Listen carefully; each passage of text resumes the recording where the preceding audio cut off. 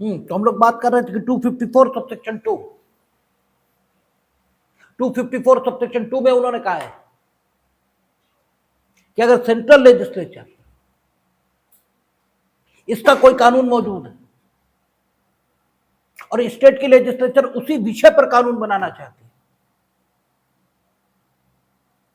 और दोनों कानून समवर्ती सूची में प्रगणित विषय पर है, इन 254 सबसेक्शन 2 बिल्कुल क्लियर कर देता है बात।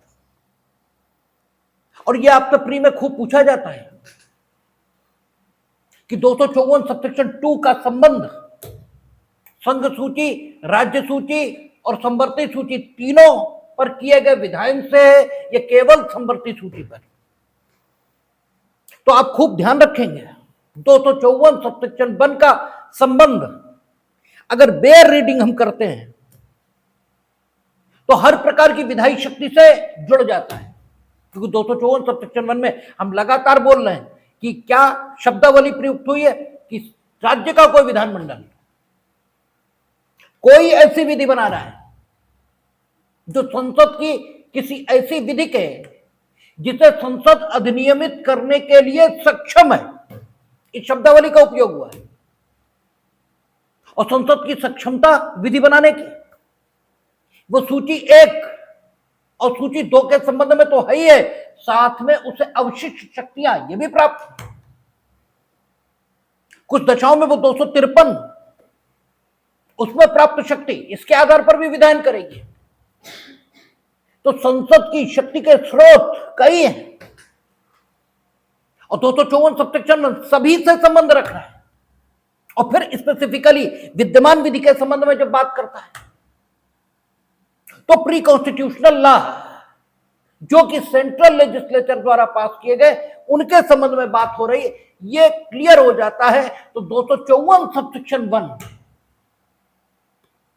प्री कॉन्स्टिट्यूशनल लॉ जो सेंट्रल लेजिस्लेचर द्वारा बनाए गए और साथ ही साथ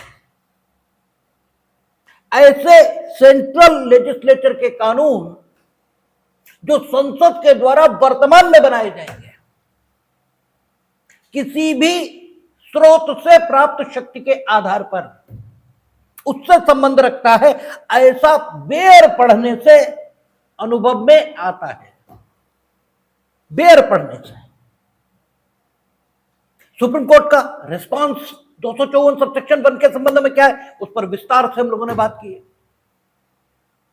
इसलिए उसको रिपीट करने की कोई आवश्यकता नहीं। लेकिन जहां तक 254 सबसेक्शन 2 का संबंध है वो क्लियर कहता है समवर्ती सूची में प्रगणित विषय। इसका मतलब 254 सबसेक्शन 2 आगे की बात ही नहीं करता। अगर आपसे पूछा जा रहा है प्री में कि 254 सबसेक्शन 2 का संबंध किससे है,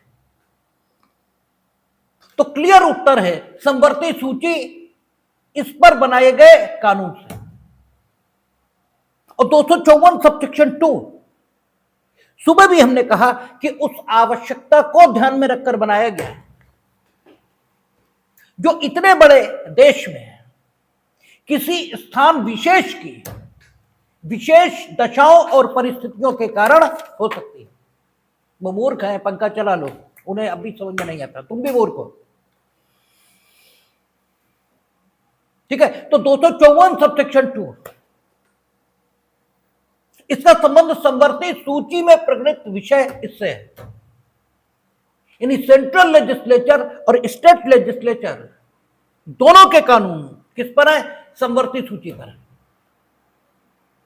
और तब एक सुविधा स्टेट के लेजिस्लेचर को मिली है कि वो चाहे तो क्या करे कि अंतर्गत अनुच्छेद 200 राज्यपाल के माध्यम से केंद्र की अनुमति, राष्ट्रपति की अनुमति के रूप में संबंधित लेजिस्लेशन के प्रति प्राप्त कर ले। और यदि ऐसा किया गया तो स्थिति क्या बनेगी कि स्टेट का लेजिस्लेशन सेंट्रल लेजिस्लेशन के रहते हुए अभिभावी होगा। सेंट्रल लेजिस्लेशन निरस्त नहीं माना जाएगा। शब्द जो है बस वही ध्यान में रखने हैं, अभिभावी होगा। ये सुबह बात हुई थी और आपसे यह भी कहा गया था कि राष्ट्रपति की अनुमति ये मियर फॉर्मेलिटी नहीं है। राष्ट्रपति की अनुमति जिस स्टेट लेजिस्लेशन के लिए और जिस उद्देश्य से प्राप्त की गई, केवल उसी उद्देश्य के लिए उसका काम चलेगा। शेष उद्देश्यों के लिए स्टेट का लेजिस्लेशन अभिभावी हुआ ऐसा नहीं माना जाएगा। आपने उदाहरण दिया था कि रेंट से संबंधित लेजिस्लेशंस है और जो किराएदारी है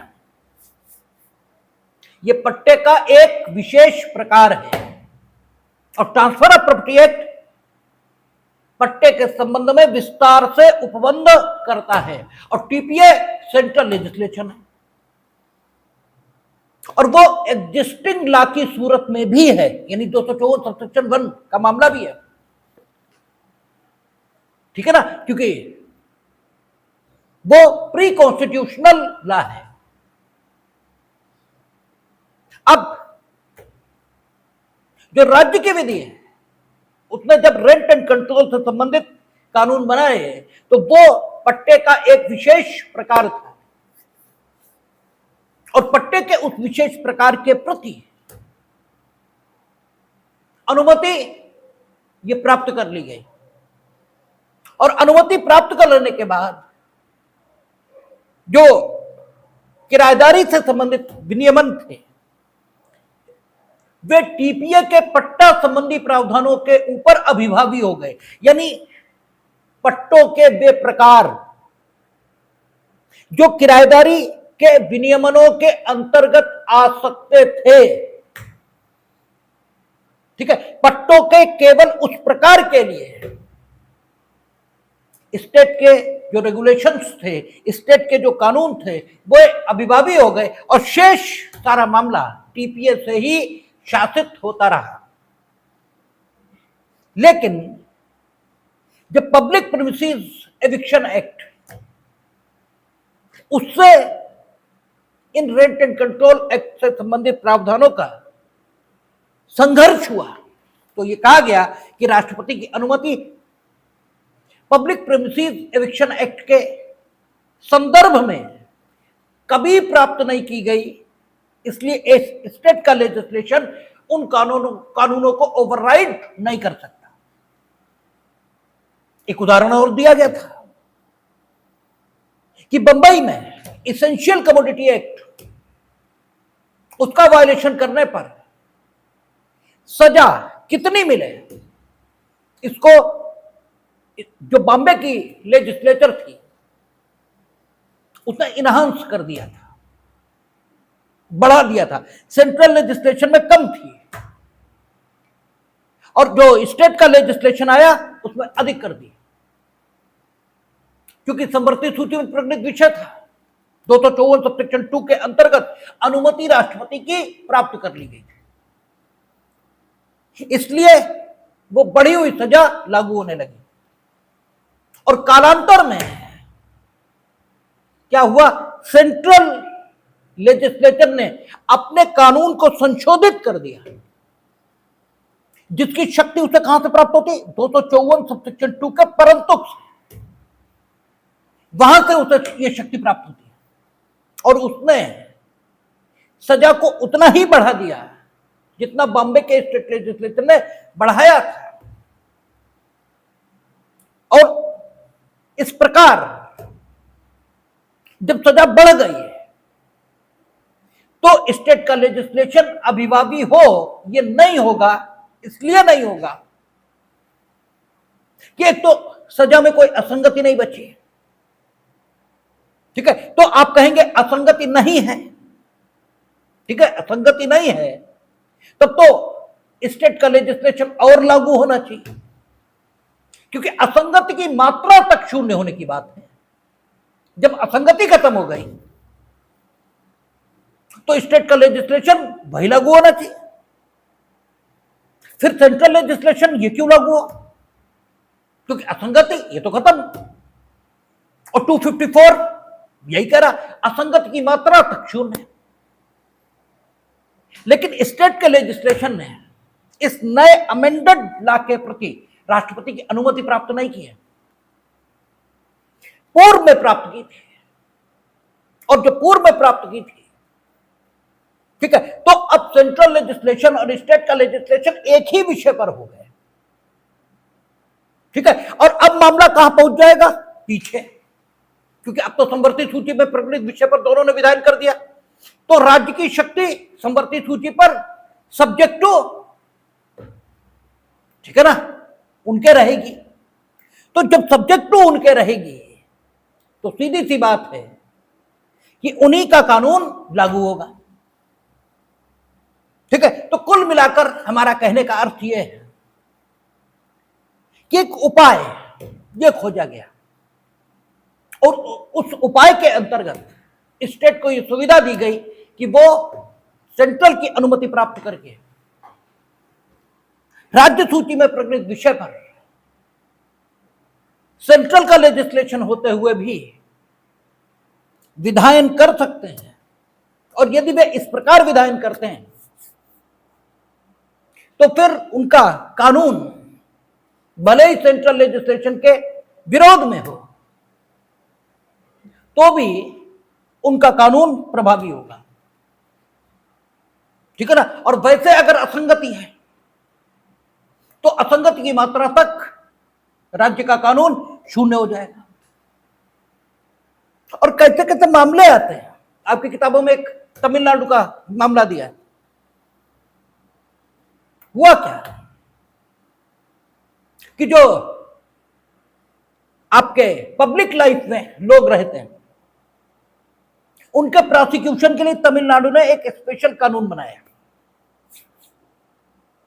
राष्ट्रपति की अनुमति, ठीक है, उस कानून के प्रति प्राप्त कर ली गई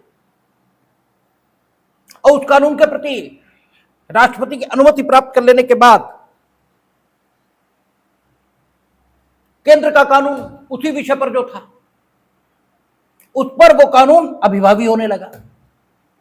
जिस समय ये सब किया गया उस समय वर्तमान जो मुख्यमंत्री हैं स्टालिन, इनके पिताजी एम करुणानिधि अपोजिशन के लीडर ये होते थे। उसके बाद एम करुणानिधि सत्ता में आ गए और भ्रष्टाचार के आरोपों पर करुणानिधि का ट्रायल किया जाए, ये बात आने लगी है।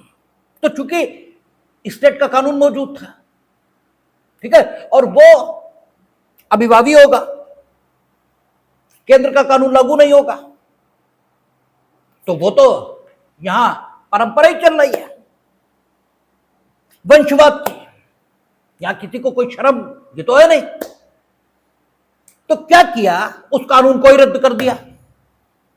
भाई स्टेट लेजिस्लेचर की कैपेसिटी तो है ही कि अपने ही कानून को निरस्त कर देंगे, उस पर तो कोई रोक ही नहीं। अपने ही कानून को निरस्त कर दिया और फिर तर्क ये लिया गया कि केंद्र का कानून उसी विषय पर था,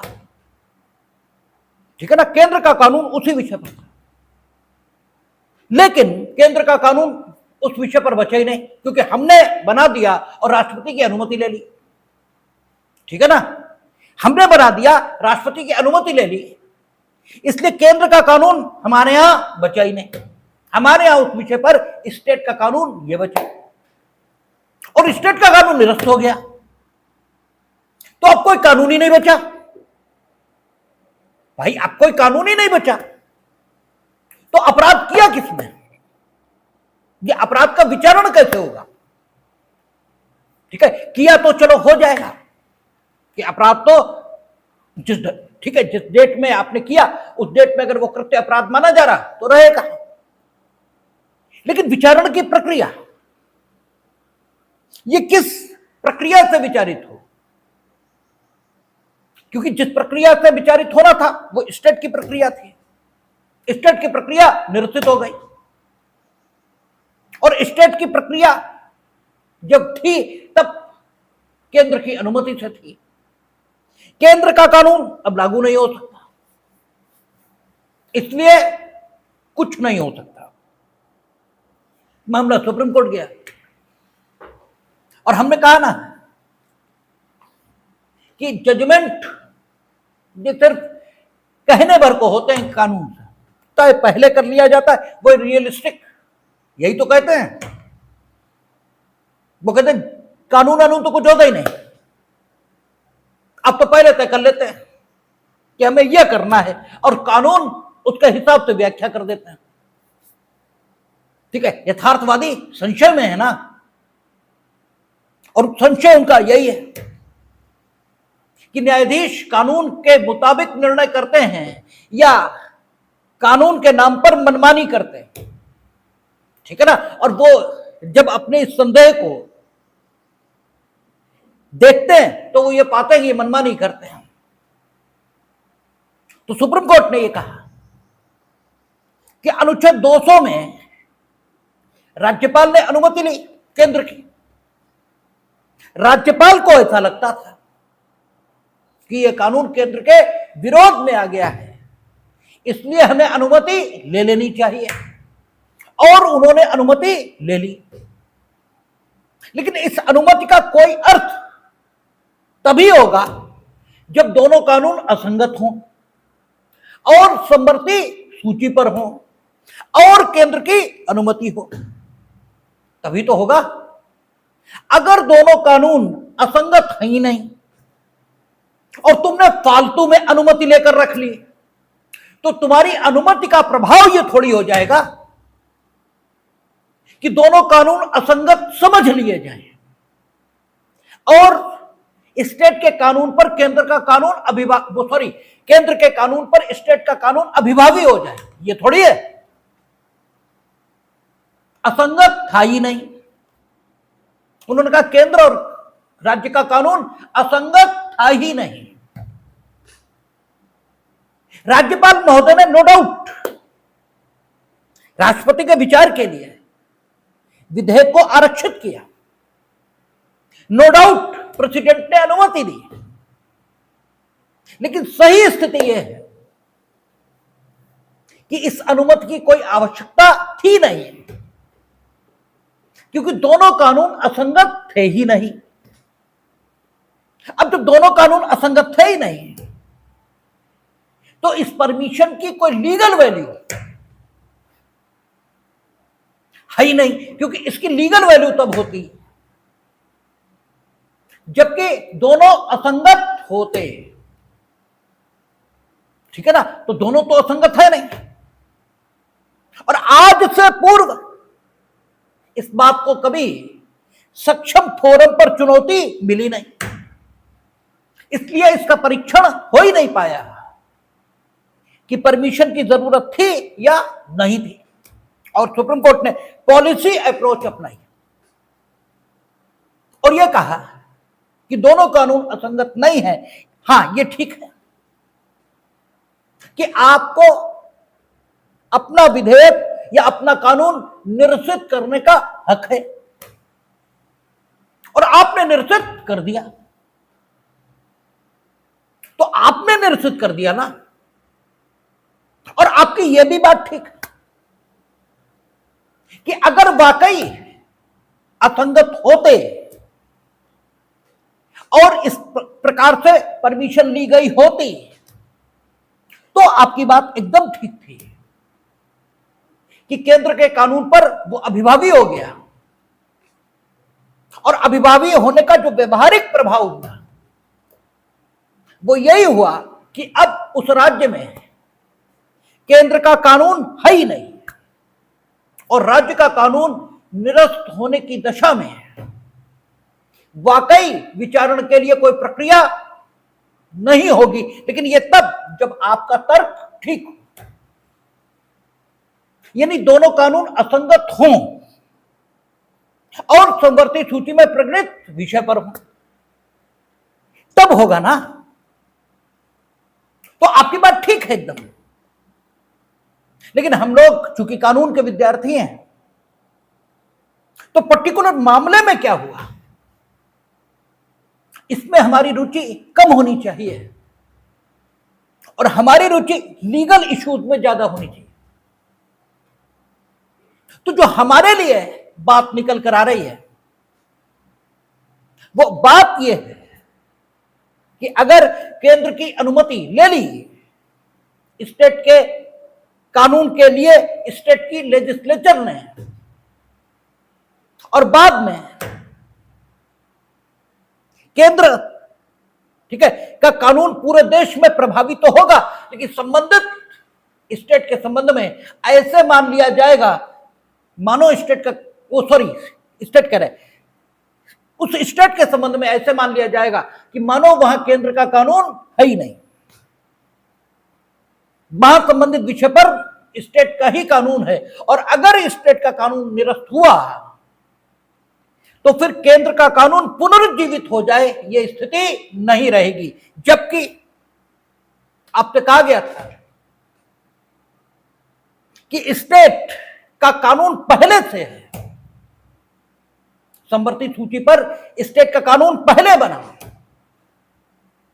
और सेंट्रल ने बाद में बना दिया, तो एक डिफरेंट स्थिति पैदा होती है। क्योंकि अभी बेर बाद में पढ़ेंगे, अगर स्टेट का कानून पहले से है और भाई आप सेंट्रल का कानून पहले से है तो आप परमिशन ले लेंगे। भाई सेंट्रल का कानून है तभी तो आप परमिशन ले लोगे पहले से, और स्टेट का कानून ये पहले से और समवर्ती सूची में प्रगणित विषय, और उसके बाद सेंट्रल लेजिस्लेचर ने उसी विषय पर कानून बना दिया, तो आप अनुमति कैसे लोगे? तब तो ले ही नहीं सकते ना। तो फिर दो बातें देखी जाएंगी कि अगर केंद्र स्टेट का लेजिस्लेशन जिस विषय पर है उस विषय पर एक संपूर्ण अधिनियम पारित करना चाहता था, ठीक है ना, अब संपूर्ण अधिनियम पारित करना चाहता था, यह दो तरीके से निर्धारित होगा। एक तो अभिव्यक्त रूप से केंद्र यह कह दे कि इस विषय पर अब मेरा ही कानून प्रभावी होगा, ठीक है, एक तरीका।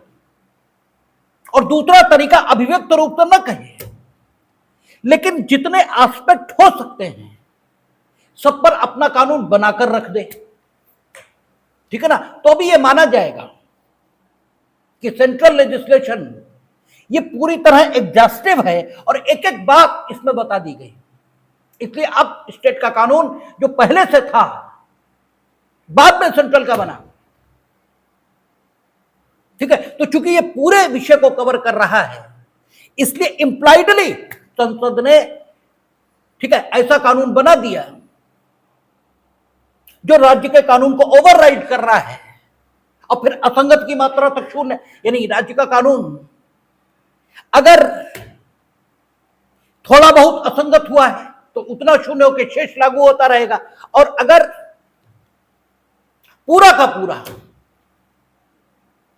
क्या हुआ है कि असंगत को अलग हटने के बाद उसका कोई अर्थ ही नहीं बचता तो पूरा का पूरा शून्य हो जाएगा। लेकिन कालांतर में अगर केंद्र का कानून अमेंड कर दिया गया है तो डॉक्ट्रिन ऑफ एक्लिप्स लागू होगा और स्टेट का कानून खुद ब खुद जिंदा हो जाएगा। लेकिन अगर स्टेट का लेजिस्लेशन बाद में बना है, केंद्र का कानून पहले था और परमिशन ली गई है और परमिशन ली गई केंद्र की, तो स्थिति उलट हो जाएगी। यही चीजें हैं जो समझने लायक, ठीक है, यही चीजें भाई दोनों बातें हो सकती ना। सेंट्रल का कानून था और स्टेट के लेजिस्लेचर ने उसी विषय पर कानून बनाया, अब अनुमति ले लेंगे और अनुमति ली तो प्रभाव क्या होगा? ऐसे माना जाएगा मानो केंद्र का कानून शून्य हो गया, ठीक है ना, उस पर्टिकुलर स्टेट के संबंध में अनुमति के प्रभाव से। यह किस मामले में आया? यम करुणा निधि वाले मामले में। ठीक है, आपकी किताबों में करुणानिधि का मुकदमा दिया है। ठीक है, अब केंद्र का कानून शून्य हो गया है, अब स्टेट का निरस्त हुआ। ठीक है, तो उस पर्टिकुलर विषय पर कोई कानून नहीं बचा है उस स्टेट पे, यह माना जाएगा, क्योंकि यम करुणानिधि में उन्होंने यही कहा कि आपकी बात ठीक है, अगर वाकई असंगति होती है और केंद्र ने अनुमति दी होती है तो आपकी बात एकदम सही थी, लेकिन चूंकि असंगति है ही नहीं, यम करुणानिधि के मामले में उन्होंने क्या कहा कि चूंकि असंगति है ही नहीं, ठीक है ना, तो आपने स्टेट का निरस्त कर दिया, उसकी ताकत आपको थी, लेकिन केंद्र का खत्म कहां हुआ? करुणानिधि का ट्रायल केंद्र के कानून के मुताबिक होगा, ठीक है ना, इसलिए होगा, वो पॉलिसी अप्रोच है, ठीक है ना, ताकि करुणानिधि कानून के फंदे से बच ना पाए, ठीक है ना। आप डाल तो वो पात। हम ये कह रहे असंगति होती तो आपकी बात ठीक थी, ठीक है ना, तो चूंकि थी नहीं, इसलिए केंद्र के संवर्धित सूची के विषय से संबंधित कानून के प्रति आपने राष्ट्रपति की अनुमति ले ली थी, इससे फर्क क्या पड़ता है? असंगति होती तो आपकी ये परमिशन आपको सुरक्षा देती, वो तो है ही नहीं, और तब आपकी बात ठीक थी, केंद्र का कानून शून्य हो गया और राज्य के कानून के हटते ही वो पुनरुज्जीवित हो जाए, ये नहीं होगा। केंद्र फिर से विधायन करे और संबंधित स्टेट के लिए वही प्रोविजंस लागू करे तो बात अलग है, अदरवाइज नहीं। लेकिन अगर राज्य का कानून पहले से समर्थित सूची के विषय पर और केंद्र ने बाद में बनाया, ठीक है ना, केंद्र ने बाद में बनाया, तो राज्य तो अनुमति ले ही नहीं सकता, और केंद्र को अनुमति की जरूरत क्या, ठीक है ना। तो इस कानून और इनमें असंगति पैदा हो रही है, ठीक है, इन दोनों कानूनों में असंगति, तो क्या होगा? तो ठीक है, स्टेट का कानून असंगति की मात्रा तक शून्य, और असंगति की मात्रा हटाने के बाद अगर राज्य का कानून बचता ही नहीं तो पूरा का पूरा शून्य, और बचता है तो डॉक्ट्रिन ऑफ सेवरेनिटी लागू करके उसे अलग हटा देंगे, शेष विधिमान ने। कालांतर में अगर केंद्र अपने कानून को क्या करता है, अमेंड कर देता है और कोई असंगति नहीं बचती, तो स्टेट का कानून पुनरुज्जीवित हो जाएगा, ऐसा सुप्रीम कोर्ट ने कहा है, ठीक है, पुनरुज्जीवित हो जाएगा। इसका मतलब यह हुआ कि अगर संवर्ती सूची के विषय पर राज्य का कानून पहले था और केंद्र का बाद में बना, तो आच्छादन का सिद्धांत लागू होगा, ठीक है ना, और डॉक्ट्रिन ऑफ सेवरेबिलिटी भी लागू होगा, दोनों लागू हो जाएंगे। जो भाग शून्य हो गया वो अगर संपूर्ण है तो आच्छादन का सिद्धांत पूरी तरह से लागू हो गया, और जो भाग शून्य हुआ असंगति के कारण, अगर वो थोड़ा भाग है, ठीक है ना, तो डॉक्ट्रिन ऑफ सेवरेबिलिटी लागू हुआ, शेष तो पहले ही विधिमान ने बना रहा, और जितना शून्य हुआ वो आच्छादन के सिद्धांत के अंतर्गत आ गया। और सेंट्रल लेजिस्लेचर जिस दिन अपने कानून को अमेंड करेगी उस दिन यह पुनरुज्जीवित हो सकेगा। अब एक बात और, राज्य का कानून पूर्व से मौजूद नहीं है, सेंट्रल लेजिस्लेचर ने उल्टा बोल गए, राज्य का कानून पूर्व से मौजूद है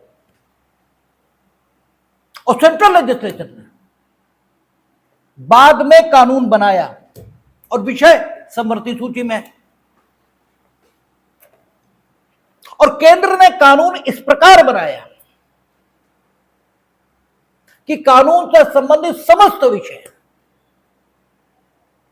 केंद्र के कानून के अंतर्गत आ गए। ठीक है, इसका मतलब यह निकला कि राज्य ने जो कानून बनाया, ठीक है, अब उसे पूर्णतः शून्य हो जाना चाहिए, क्योंकि केंद्र ने इंप्लाइडली ये इच्छा अभिव्यक्त कर दी है कि उस संपूर्ण क्षेत्र के संबंध में कानून हम ही बनाएंगे, इसलिए अब राज्य का कानून नहीं चलेगा। ठीक है, लेकिन अगर केंद्र ने कानून बनाया संवर्ती सूची के विषय पर और राज्य का कानून पहले से था, और कुछ फील्ड ऐसी है जो केंद्र के कानून से कवर नहीं होती है, तो राज्य की फील्ड, जो राज्य की लेजिस्लेचर है, उस फील्ड के संबंध में कानून बना सकती है। यहां तक तो कोई बात नहीं है। लेकिन टीकाराम जी versus state of Uttar Pradesh, इस मुकदमे में एक एडिशनल डायमेंशन कोर्ट ने दिया, और इसलिए टीकाराम जी versus state of Uttar Pradesh ये बड़ा महत्वपूर्ण मामला माना जाता है कोऑपरेटिव फेडरलिज्म पे। यहां जिसे नहीं कहते अति कर दी सुप्रीम कोर्ट ने स्टेट के कानून को संरक्षण देने के लिए। उन्होंने कहा कि सबसे पहली बात, अगर संवर्ती सूची का मामला है, उस पर राज्य का कानून पहले से मौजूद है और केंद्र उस विषय पर विधायन करना चाहता है, तो केंद्र को स्पष्ट लिखना होगा, अपने कानून में अभिव्यक्त घोषणा करनी होगी कि क्या वो लेजिस्लेशन से संबंधित इंटायर फील्ड को कवर करना चाहता है। और अगर ऐसा स्पेसिफिक डिक्लेरेशन कानून में नहीं है, तो हम ये नहीं मानेंगे कि वो लेजिस्लेशन से संबंधित इंटायर फील्ड को कवर करना चाहते थे। हम ये बिल्कुल नहीं मानेंगे। और जब इंटायर फील्ड को कवर वो नहीं करना चाहते थे, ऐसा डिक्लेरेशन नहीं है, तो राज्य के कानून को, राज्य की विधायिका को, भले ही प्रोविजंस को देखने से ऐसा लगता हो कि उन्होंने इंटायर फील्ड को कवर किया है, लेकिन इसके बाद भी अगर राज्य की विधायिका ने कानून बनाया और वो असंगत नहीं बैठ रहा है, ठीक है, तो फिर राज्य का कानून शून्य नहीं होगा। ठीक है ना? या तो आप इंटायर फील्ड को हम कवर कर रहे हैं, ये डिक्लेरेशन उसमें शामिल कर दीजिए। आपने नहीं किया, ठीक है ना? टीकाराम जी versus state of Uttar Pradesh में था क्या? इसेंशियल कमोडिटी एक्ट, इसके अंतर्गत केंद्र सरकार ने, विधायिका ने नहीं, विधायिका ने आवश्यक वस्तु अधिनियम पारित किया है, और आवश्यक वस्तु अधिनियम के अंतर्गत जो केंद्र की सरकार है उसको शक्ति प्रत्यायोजित की है कि वो समय समय पर वस्तुओं को आवश्यक वस्तु घोषित कर सकती है, और अगर ऐसा वो करती है तो सप्लाई, डिस्ट्रीब्यूशन आदि के संबंध में वो नियम बना सकेगी, आदेश दे सकेगी, और उन्हीं के मुताबिक काम करना होगा। आवश्यक वस्तु अधिनियम के अंतर्गत केंद्रीय सरकार ने जो शुगर केन यानी गन्ना, इसकी आपूर्ति, प्रदाय और वितरण आदि के संबंध में इसको आवश्यक वस्तु घोषित कर दिया और कुछ नियम बना दिया। जो उत्तर प्रदेश की विधायिका थी, उसने चीनी मिलों को गन्ना की सप्लाई और गन्ने की रेट, इसके संबंध में अलग से कानून बना दिया। अब सवाल यह था कि क्या केंद्र और राज्य दोनों कानून लागू हो सकते हैं? तो सुप्रीम कोर्ट ने पहली बात जो कही वो ये कही कि ठीक है, केंद्र को किसी भी समय कानून बनाने का हक है, लेकिन उसे यह बताना होगा कि इंटायर फील्ड वो कवर करना चाहता है या नहीं। अगर इंटायर फील्ड कवर करना चाहता है तब बात खत्म है, ठीक है, क्योंकि फिर तो कोई मसला ही नहीं बचा। वो इंटायर फील्ड कवर करना चाहते हैं, और आपने अगर उनका कानून पहले से होता और आपने उस कानून के प्रति अनुमति भी ले ली होती, तब भी इससे उनकी विधायन की शक्ति पर कोई प्रभाव नहीं आता, क्योंकि अभी 254 परंतु हम लोग पढ़ेंगे, उसमें क्लियरली लिखा है कि अगर स्टेट की लेजिस्लेचर ने केंद्र के कानून के रहते हुए कोई कानून बनाया तो भले ही उन्होंने राष्ट्रपति की अनुमति भी उस कानून के प्रति प्राप्त कर ली है, इससे संसद की विधायन की शक्ति पर कोई प्रभाव नहीं होगा, और संसद चाहे तो उस अनुमति के देने के बाद अपने अधिनियम को किसी भी प्रकार से रीइनेक्ट, संशोधित, जो चाहे सो कर दे। और यदि वो ऐसा करते हैं तो राज्य के कानून पर प्रभाव पड़ना अवश्यंभावी है, ठीक है ना। और अनुमति जो पूर्व में थी वो इसके प्रति कोई काम नहीं देगी। यही तो हुआ जब बंबई वाले मामले में स्टेट की लेजिस्लेचर ने अनुमति लेकर पनिशमेंट को इनहांस किया और बाद में उन्होंने पनिशमेंट बढ़ा दिया तो उनका लागू हुआ, ठीक है, जबकि इन्होंने पूर्व में अनुमति ले रखी थी। तो ये ठीक है कि केंद्र ने अनुमति दी नहीं दी, इस सब तक कोई मतलब नहीं, उनकी विधायन की शक्ति बची हुई है। लेकिन उन्हें एक बात करनी होगी, वो ये बताएं कि वो इंटायर फील्ड को कवर करना चाहते हैं या इंटायर फील्ड को कवर नहीं करना चाहते, और स्पेसिफिक डिक्लेरेशन दें कि वो इंटायर फील्ड को कवर करना चाहते हैं या नहीं। और अगर उन्होंने ये स्पेसिफिक डिक्लेरेशन नहीं दिया कि हम इंटायर फील्ड को कवर करना चाहते हैं, और फिर स्टेट की लेजिस्लेचर ने कोई कानून बना दिया, तो भले ही, ठीक है, वो केंद्र द्वारा बनाए गए कानून के, ठीक है, रहते हुए बना दिया गया, लेकिन असंगत न होने के कारण लागू हो सकता है, तो लागू होगा, ठीक है। जैसे आवश्यक वस्तु अधिनियम में उन्होंने गन्ना को आवश्यक वस्तु घोषित कर दिया, लेकिन गन्ना मूल्य, ठीक है, इसको घोषित नहीं किया। और गन्ना चीनी मिलों में कब तक आपूर्ति किया जाएगा यह भी नहीं बताया। तो ठीक है, गन्ना आवश्यक वस्तु है, उसकी सप्लाई, सेल, परचेज, डिस्ट्रीब्यूशन, इस सब के संबंध में उन्होंने कानून बना रखा है, लेकिन उस कानून से जो चीज बची हुई है, ठीक है ना, चीनी मिलों में गन्ना किस रेट पर जाएगा और कब तक जाएगा, इस संबंध में तो उन्होंने कुछ नहीं कहा उस कानून में। और यह भी नहीं है कानून में कि हम इंटायर फील्ड को कवर कर रहे हैं, यह भी नहीं है। तो यूपी स्टेट लेजिस्लेचर का कानून लागू होगा, ठीक है ना। तो हमारे लिए जो लीगल बात उभर कर आई टीकाराम जी से, वो क्या कि केंद्र को यह बताना होगा जब वो संवर्ती सूची पर विधायन करेगा कि वो जिस विषय पर विधायन कर रहा है उस पर क्या इंटायर फील्ड को, यानी संपूर्ण क्षेत्र को, ठीक है, आपका अकुपाई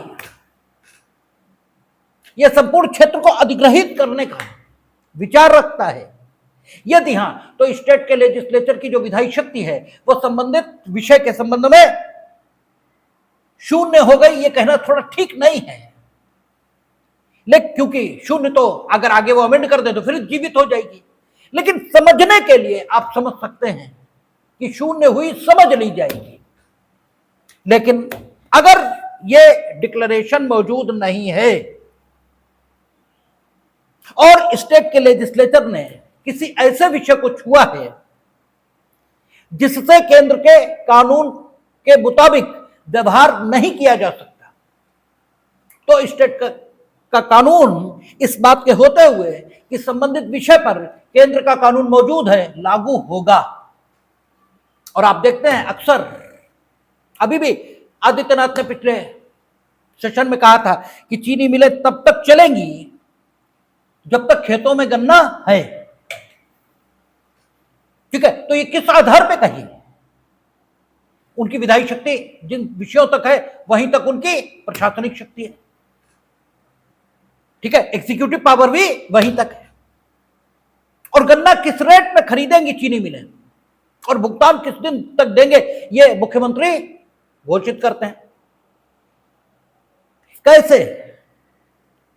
तो कानूनी वो है, और जबकि गन्ना आवश्यक वस्तु है और केंद्र भी गन्ने के संबंध में,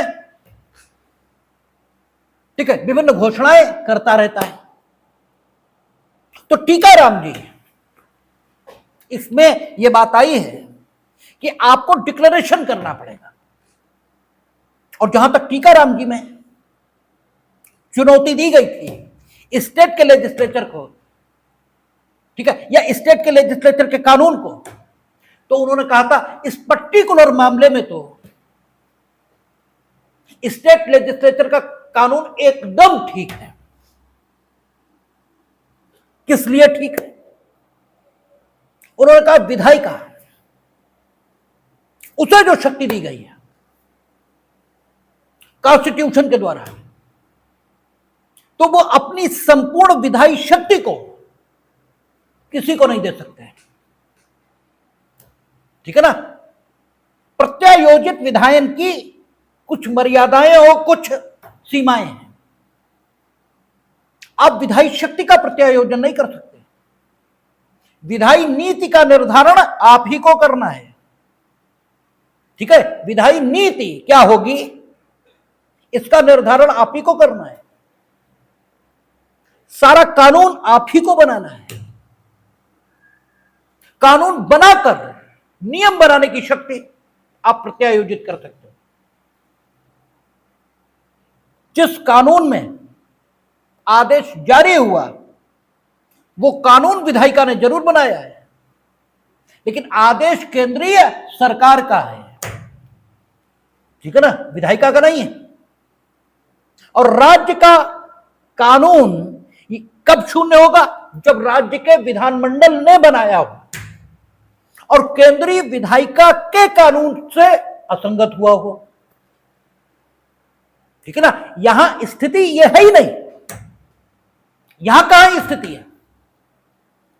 यहां राज्य के विधानमंडल द्वारा बनाया गया कानून केंद्र सरकार के द्वारा दिए गए आदेश के विरोध में गया है। और यह भारत के संविधान में कहीं नहीं लिखा कि केंद्रीय सरकार प्रत्यायोजित शक्ति के आधार पर जो नियम बनाएगी उससे अगर राज्य के विधानमंडल का कानून विरोध में जाएगा तो राज्य का विधानमंडल का कानून शून्य हो जाएगा। कहीं नहीं लिखा है। इसलिए इस पर्टिकुलर मामले में तो राज्य की विधायिका का कानून पूरी तरह विधि सम्मत है, क्योंकि केंद्रीय विधायिका उससे विरोध में आए तो केंद्रीय विधायिका के कानून से विरोध में कहा। ठीक है, इसलिए भी टीकाराम जी एक फाइन एग्जाम्पल ऑफ इंटरप्रिटेशन है। ठीक है ना, और कोऑपरेटिव फेडरलिज्म के क्षेत्र में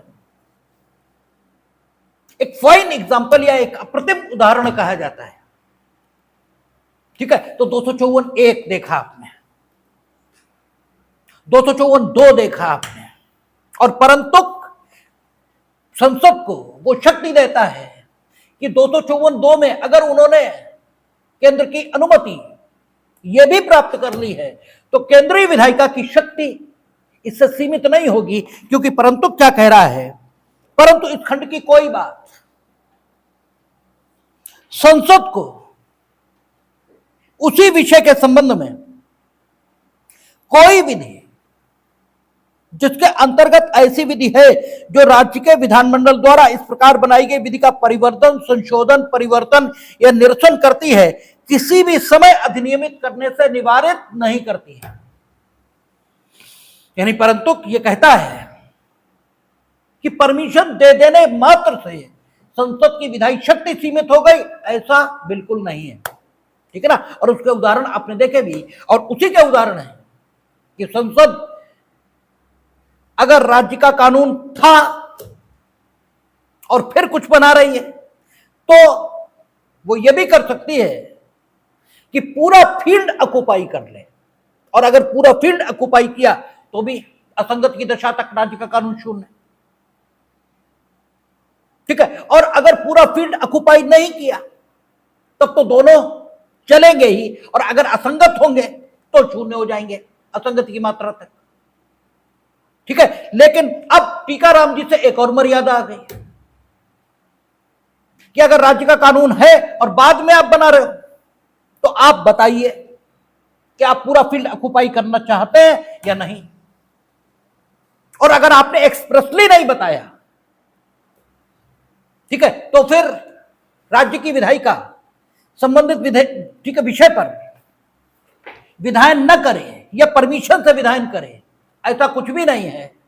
वो करेंगे और असंगत पाएंगे तो असंगत की मात्रा तक शून्य। और अगर केंद्र का कानून मौजूद है और ये राज्य की विधायिका कानून बना रही तो दोस्तों उन दो है ही, आप परमिशन मांगो मिलेगी तब स्थिति रहेगी। ठीक है। लेकिन परमिशन दी या नहीं दी इस सब से कोई मतलब ही नहीं। परंतु यह कहता है कि संसद की शक्ति पर किसी प्रकार का निर्बंधन कभी भी है यह नहीं माना जाएगा। संसद जिस समय चाहे अपनी विधायी शक्ति का प्रयोग करके और संवर्ती सूची में प्रकटित विषय पर राज्य का कानून होते हुए कानून बना सकती है। यह अलग बात है कि संपूर्ण फील्ड को ऑक्युपाई करना चाहते तो डिक्लेरेशन करिए, नहीं करेंगे तो राज्य की विधायिका भी कानून बनाएगी, और जब राज्य की विधायिका कानून बनाएगी तो असंगत के नियम के मुताबिक निर्णय होगा। लेकिन विधायी शक्ति खत्म हो गई ये तो नहीं कह सकते। ठीक है ना। तो ये असंगति का नियम है जो कंप्लीटली आपके सामने रखा गया। अब सवाल एक बचता है, और वो सवाल अवशिष्ट शक्तियों से संबंधित है। पार्टली वहां से संबंधित है और पार्टली यहां से संबंधित है। संसद क्या कोई ऐसा कानून बना सकती है? राज्य ने क्या किया, राज्य सूची के विषय पर कानून बनाया। ठीक है। राज्य को राज्य सूची के विषय पर कानून बनाने की ताकत थी।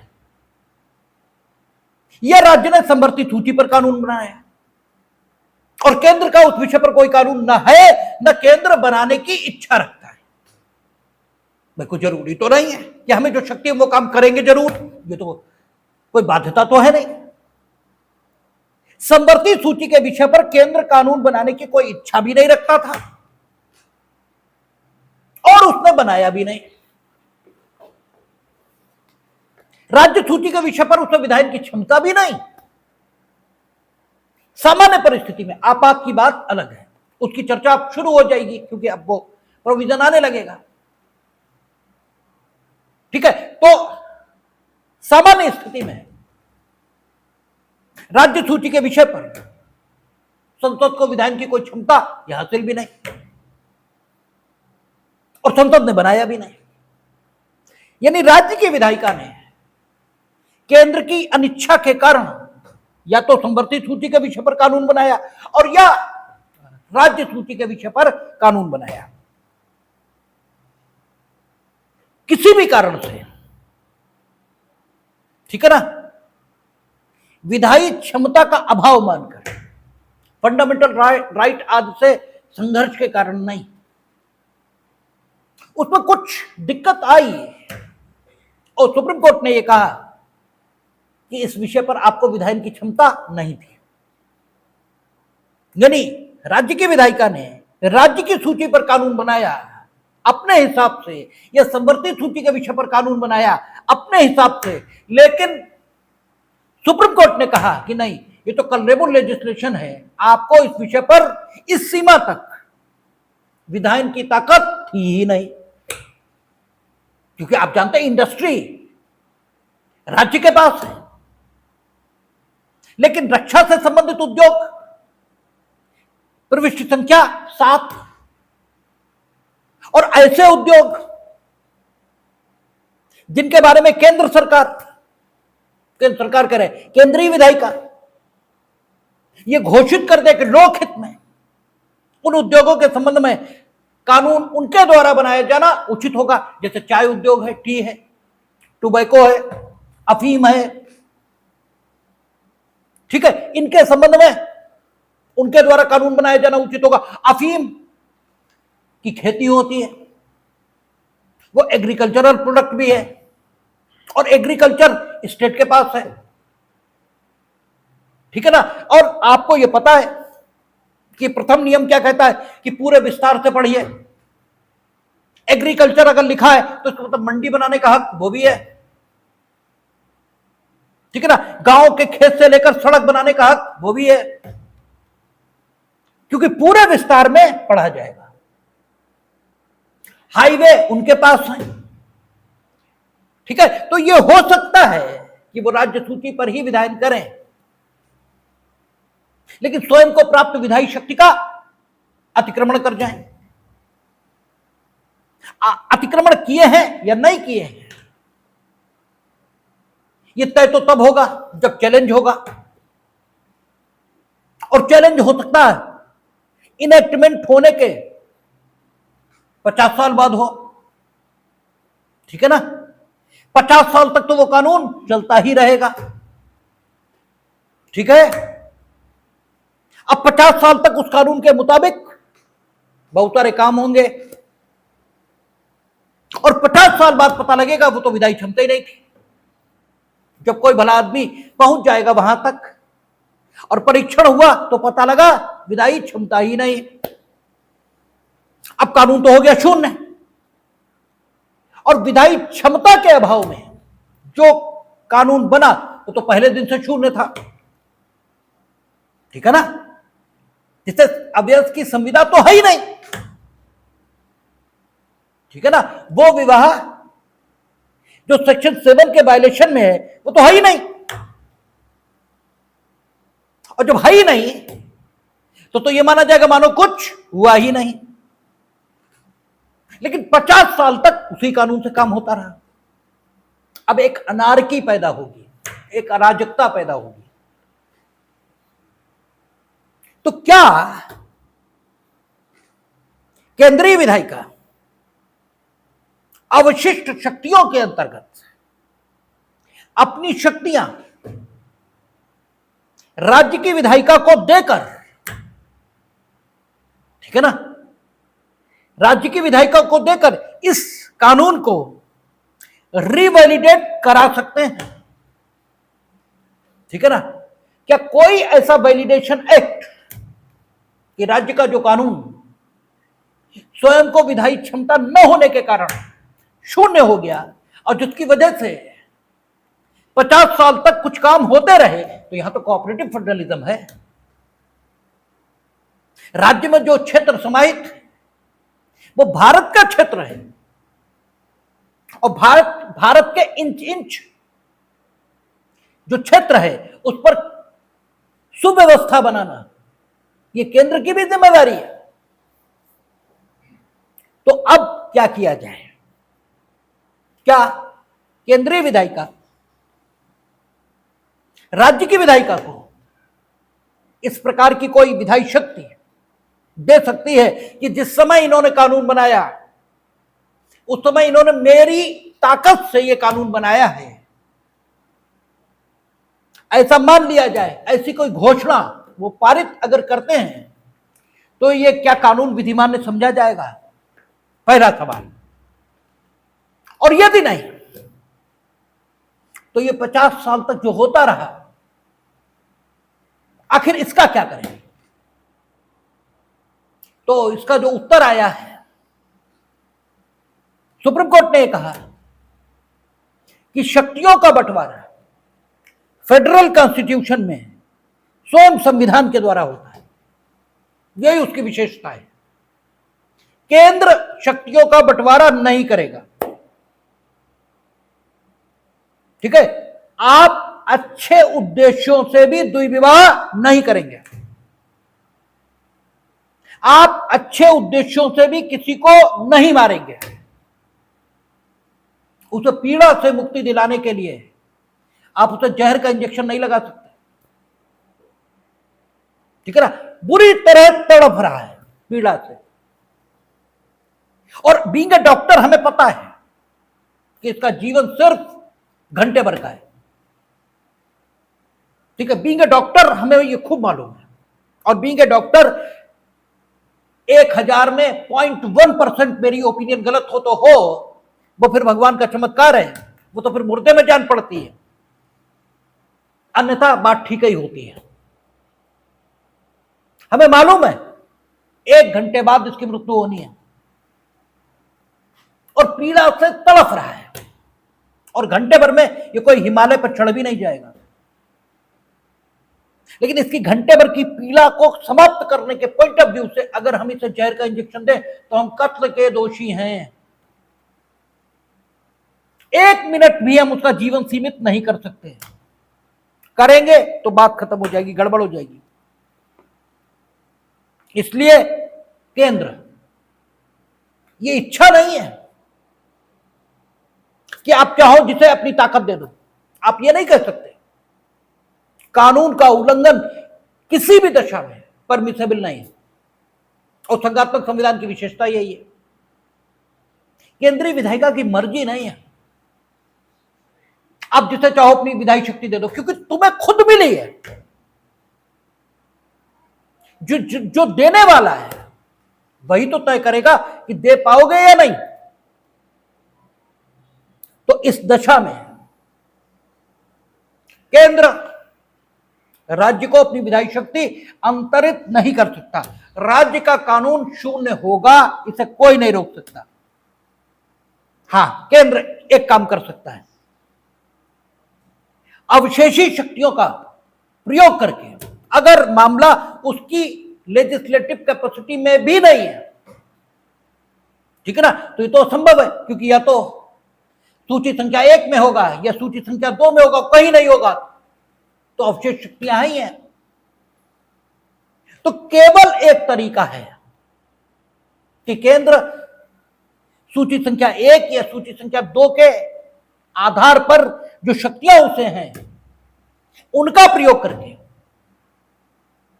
और या फिर जो रेजिडुअरी पावर्स हैं उसकी, जिनके संबंध में विधान की शक्ति उसे प्रविष्टि संख्या 97 सूची संख्या 1 से प्राप्त है, उसका प्रयोग करके एक अधिनियम वैसा ही जैसा राज्य का अधिनियम है, बिल्कुल ठीक वैसा ही पारित कर दे। भले ही पूरा का पूरा अधिनियम वही रख दे और केवल इतना लिख दे कि इसके सभी उपबंध हमेशा अस्तित्व में थे, ऐसा मान लिया जाएगा, ठीक है। क्योंकि भूतलक्षी प्रभाव से विधियों को इनेक्ट करने की ताकत लेजिस्लेचर में रहती है। केवल और केवल दांडिक विधियां भूतलक्षी प्रभाव से इनेक्ट नहीं हो सकती, ठीक है। तो केंद्र यह करे, इसके अलावा चारा कोई नहीं। हमारे जो याद रखने लायक बात है और जो प्री में आपसे पूछा जाएगा कि क्या केंद्र ऐसी दशा में अपनी विधायी शक्तियों का अंतरण या प्रत्यायोजन कर सकता है, तो नहीं, कोई नहीं कर सकता। जो विधायी शक्ति जिसे प्राप्त है वो उसी को प्राप्त रहेगी, इसके अलावा कुछ भी नहीं। ये केंद्र और राज्य के बीच विधायी संबंध हुए, ठीक है। अब जो कुछ बचा है वो सिर्फ 1 दिन का है। आप ऐसा मान सकते हैं कि सेंट्रल और आपका केंद्र और राज्य के बीच विधायी संबंध के संबंध में चर्चा पूर्ण हुई, ऐसा मान सकते हैं। अधिकतम 1 दिन की चर्चा और बची है, वो हम कर लेंगे होली बात, और फिर हम लोग बात करेंगे केंद्र और राज्य के बीच प्रशासनिक संबंधों पर, जो एडमिनिस्ट्रेटिव रिलेशन है, और फाइनेंशियल रिलेशन पर बात नहीं करेंगे क्योंकि वो अक्सर नहीं पूछा जाता है। वो एलएलबी में ही आपसे पूछा जाता है, उसका अलग से पेपर आ गया। आप कहेंगे तो फिर लास्ट में जब कॉन्स्टिट्यूशन हम खत्म करेंगे तब देख भी लेंगे, कोई ऐसी बात भी नहीं। लेकिन एडमिनिस्ट्रेटिव रिलेशन पूछे बताएंगे, बात करेंगे उस पर। क्यों? क्योंकि वो कोऑपरेटिव फेडरलिज्म से जुड़ा हुआ मसला है, उसमें हमें लगता है कि हमें हफ्ताभर लगना चाहिए। और उसके बाद जहां तक मेरा ख्याल है, ठीक है, फंडामेंटल राइट से पहले वही इमरजेंसी प्रोविजन बचेंगे और आपका व्यापार, वाणिज्य और समागम से संबंधित प्रावधान होंगे, वो बताएंगे। और उसके बाद फिर देखेंगे आगे, जैसा होगा वैसा कर लेंगे। और बाकी शेष कल सुबह सीआरपीसी पर बात करेंगे, देखेंगे।